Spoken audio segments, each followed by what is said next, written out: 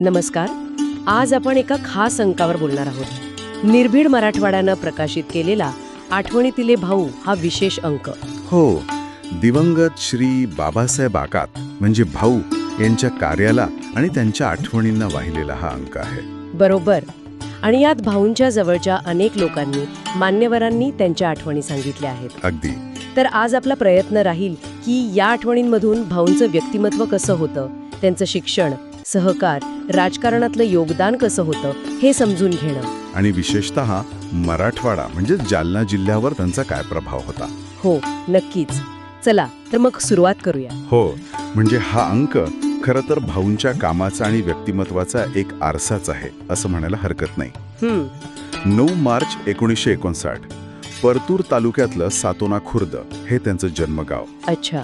शिक्षण घेतलं राज्यशास्त्रात, MA केलं, LLB पण झाले आणि मग स्वामी वैजनाथराव आकात यांच्या मार्गदर्शनाखाली त्यांनी कामाला सुरुवात केली. समाजकारण आणि राजकारण आणि लोकसेवा हेच ध्येय ठेवलं नाही का? अगदी तेच मुख्य ध्येय होतं. आणि त्यांचं शिक्षण आणि सहकारातलं काम विशेषतः जालनासारख्या म्हणजे तुलनेनं कमी विकसित भागात खरंच महत्वाचं दिसतंय. हो ना. मराठवाडा सर्वोदय शिक्षण प्रसारक मंडळ आणि जय भवानी शिक्षण प्रसारक मंडळ, हो, या संस्था यांचं काम किती मोठं होतं. खूपच मोठं.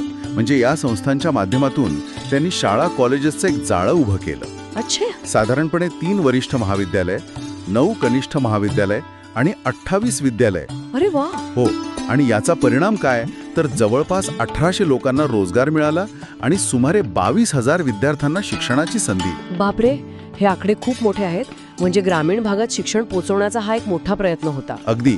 आणि फक्त संख्या नाही, जसं प्राध्यापक रवींद्र जोशी सांगतात, परतूरमध्ये सायन्स फॅकल्टी सुरू केली त्यांनी. हो, त्याचा उल्लेख आहे. हो, त्यामुळे ग्रामीण मुलांना उच्च शिक्षणाची संधी मिळाली. म्हणजे क्वालिटीवर पण लक्ष होतं. बरोबर. डॉक्टर भारत खंदारे यांचा अनुभव पण तेच सांगतो की संस्थेचा गुणात्मक विकास व्हावा यासाठी ते आग्रही होते. अगदी. शिक्षणासोबतच सहकार क्षेत्रात पण त्यांचं योगदान खूप महत्वाचं आहे. जसं की खरेदी विक्री संघ, कृषी उत्पन्न बाजार समिती, जिल्हा बँक, परतूर पीपल्स बँक. एवढंच नाही तर बामेश्वरी साखर कारखाना, रेणुकादेवी सूतगिरणी. म्हणजे बऱ्याच संस्था उभारल्या. हो. आणि यातून कितीतरी लोकांना रोजगार मिळाला असेल, विचार करा. नक्कीच. आणि डॉक्टर पांडुरंग नवल यांनी उल्लेखलेली कृषी उत्पन्न बाजार समितीची ती भव्य इमारत ही त्यांच्या दूरदृष्टीचं उदाहरण म्हणता येईल. हो, नक्कीच म्हणता येईल. आणि त्यांच्या व्यक्तिमत्वाची दुसरी बाजू म्हणजे शब्द पाळणं. हा, त्याचा उल्लेख अनेक ठिकाणी आहे. हो ना.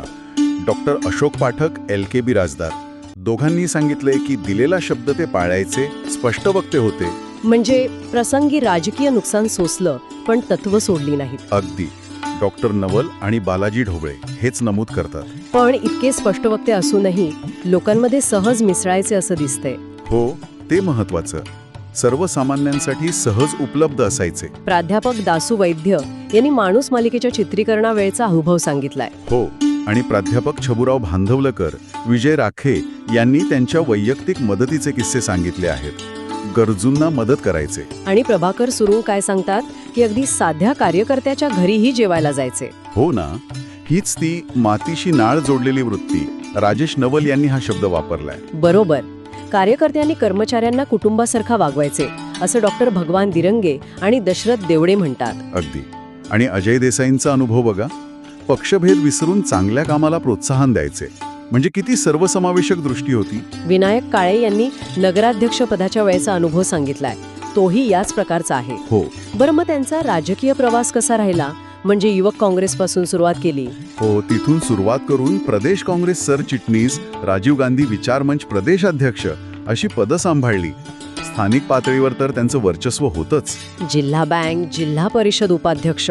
हो, या सगळ्या जबाबदाऱ्या होत्या. आता विधानसभा निवडणुकांचं बघितलं तर 2009 आणि 2014 मध्ये खूप मतं मिळाली त्यांना. पण अगदी थोडक्यात पराभव झाला. हो, अगदी थोडक्यात. पण तरीही लक्ष्मीकांत राऊत म्हणतात तसं त्यांची लोकप्रियता प्रचंड होती, कमी झाली नाही. बालाजी ढोबळे तर म्हणतात ते आमदार नसले तरी आमदारापेक्षा कमी नव्हते. अगदी बरोबर. आणि 2014च्या पराभवानंतर सुद्धा ते खचले नाहीत असं त्यांचे चिरंजीव कपिल आकात सांगतात. हे सगळं ऐकून असं वाटतं की त्यांच्यामुळे अनेकांच्या आयुष्यात खरंच खूप सकारात्मक बदल घडले. हो. नोकऱ्या मिळाल्या, संधी मिळाल्या. दशरथ देवडे, प्रभाकर सुरुंग, डॉक्टर पाठक, डॉक्टर खंदारे, बिराजदार, कितीतरी नावं आहेत. अनेकांच्या अनुभवातून हे स्पष्ट होतंय. विलासाकात म्हणतात, गाव किथे शाळा, घर तिथे नोकरी, हे त्यांचं स्वप्न होतं. आणि त्या दिशेनं त्यांनी आयुष्यभर प्रयत्न केले. बरोबर. म्हणजे भाऊ आकात यांच्या आठवणींमधून एक गोष्ट अगदी स्पष्ट होते की त्यांनी शिक्षण, सहकार आणि लोकांना जोडून ठेवण्याच्या वृत्तीतून जालना जिल्ह्याच्या विशेषतः ग्रामीण भागात खूप खोलवर परिणाम घडवला. निश्चितच अनेकांना संधी दिली, आधार दिला आणि सगळ्यात महत्त्वाचं म्हणजे दिलेला शब्द पाळण्याचं महत्त्व त्यांनी स्वतःच्या कृतीतून दाखवून दिलं. त्यांचं कार्य हे फक्त भूतकाळातल्या आठवणी नाहीत, तर आजही अनेकांना प्रेरणा देऊ शकतं. खरंय. आणि हे सगळं ऐकल्यावर एक विचार मनात येतोच की कोणतंही मोठं राजकीय पद नसेलही तुमच्याकडे, पण तरीही जमिनीवर राहून लोकांना जोडून आणि दिलेला शब्द पाळून जे काम केलं जातं ते किती चिरस्थायी असू शकतं. बरोबर. भाऊंच्या या आठवणी आजच्या काळात नेतृत्वाच्या खऱ्या अर्थाबद्दल आपल्याला काय शिकवतात यावर विचार करायला नक्कीच जागा आहे.